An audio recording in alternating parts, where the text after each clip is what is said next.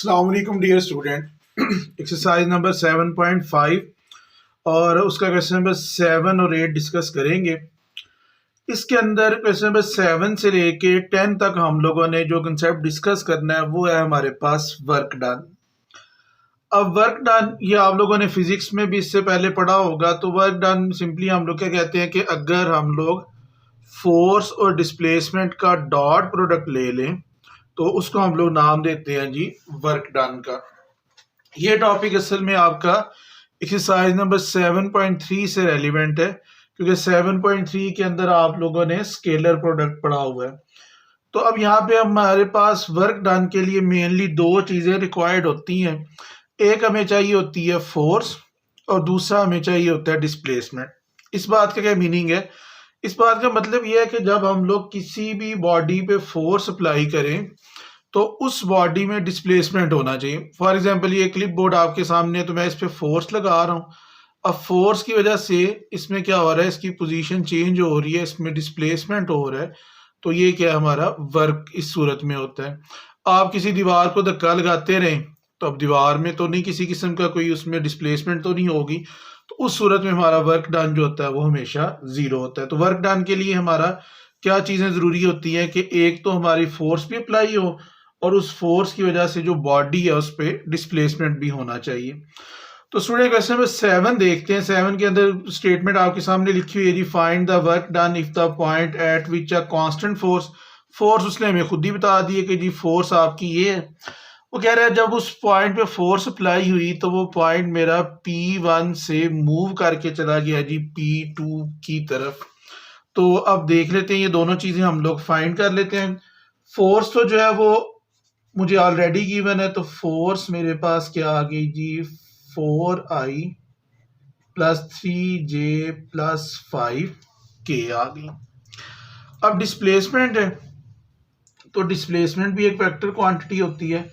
अब डिस्प्लेसमेंट आपकी क्या है कि जो आपका पॉइंट है वो P1 से P2 की तरफ मूव करके चला गया, तो आपकी डिस्प्लेसमेंट होगी P1 से P2 की तरफ। मैंने आपको ये पहले भी चैप्टर में ये बात समझाई हुई है कि ये वेक्टर का मतलब ये है कि ये P1 से P2 की तरफ जा रहा है। ठीक हो गया। और इसका तरीकाकार क्या होता है, ये P1 से P2 है तो ये आपके पास आएगा जी OP2 माइनस OP1। जो पॉइंट हमारा बाद में होता है उसका पोजीशन वेक्टर पहले लिखा जाता है और पहले वाले पॉइंट का पोजीशन वेक्टर बाद में लिखा जाता है। अब देखिए OP2, तो ये मेरा P2 है, तो जब पॉइंट का मैं वेक्टर बनाऊंगा तो मेरे पास क्या आ जाएगा जी 2I plus 4J plus 6K minus OP1, तो वो क्या आ जाएगा जी 3I plus J minus 2K। ये माइनस साइन जो है वो मेरा ऑपरेट हो जाएगा, तो 2I plus 4J plus 6K minus 3I minus J plus 2K आ गया।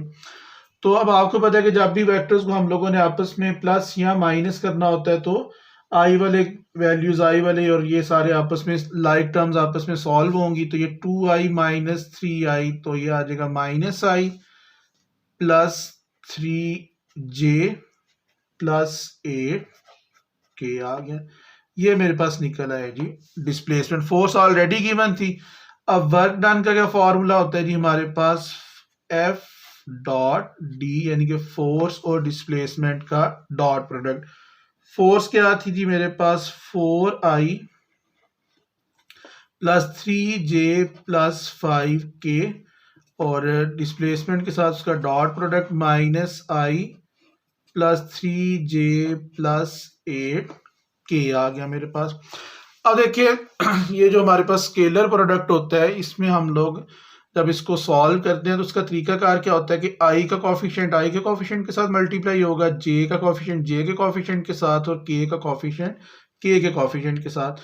तो यहाँ पे I का कॉफिशिएंट 4 है, इधर I का कॉफिशिएंट -1, J का कॉफिशिएंट 3, J का कॉफिशिएंट इधर भी 3, इधर K का कॉफिशिएंट 5 और K का कॉफिशिएंट 8 आ गया।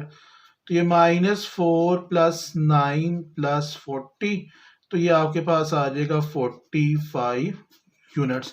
अब फोर्स क्योंकि या तो मुझे ना तो डिस्प्लेसमेंट की कोई यूनिट्स गिवन है ना फोर्स के कोई यूनिट गिवन है, तो इसलिए वर्क डन के हम लोग जस्ट क्या लिखेंगे, यूनिट्स लिखेंगे, जॉल वगैरह जो भी इसके यूनिट्स बनते हैं वो उसकी तरफ तो नहीं जाएंगे, जस्ट क्या लिख देंगे, वर्क डन कितना आ गया मेरे पास जी, 45 यूनिट्स आ गया। अब देखिए क्वेश्चन नंबर 8 में लिखा हुआ है जी, a particle acted by constant forces. अब इस केस में ना उसने मुझे दो फोर्सेस दे दी हैं, ठीक हो गया। तो पहली जो फोर्स है इसको मैं नाम दे देता हूँ F1 का, तो वो फोर्स मेरे पास क्या है जी, 4I plus J minus 3K F1। और जो मेरी फोर्स F2 है वो उसको मैं नाम दे देता हूँ, दूसरी फोर्स को F2 मैंने कह दिया 3I माइनस जे माइनस के।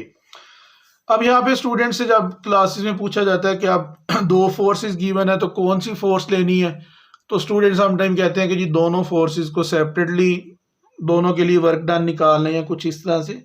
तो सेपरेटली वर्क डन नहीं निकालना। देखें समटाइम हम लोग घर में कोई काम कर रहे होते हैं, कोई चीज उठाते हैं, तो दो लोग मिलके फोर्स अप्लाई करके कोई काम करते हैं। तो अब यहाँ पे दो फोर्सेस हैं, तो इसका मतलब यह है कि ये दोनों फोर्सेस मिल के जो है वो कुछ ना कुछ वर्क डन कर रही है, लिहाजा जो मेरी रिजल्टेंट फोर्स होगी वो असल में क्या होगी, इन दोनों फोर्सेस का सम होगा, क्योंकि फोर्स वेक्टर क्वांटिटी है तो इसके ऊपर वेक्टर का साइन लगा लेंगे। तो देखिए जी आ गया जी 4I plus J minus 3K plus 3I minus J minus K आ गया।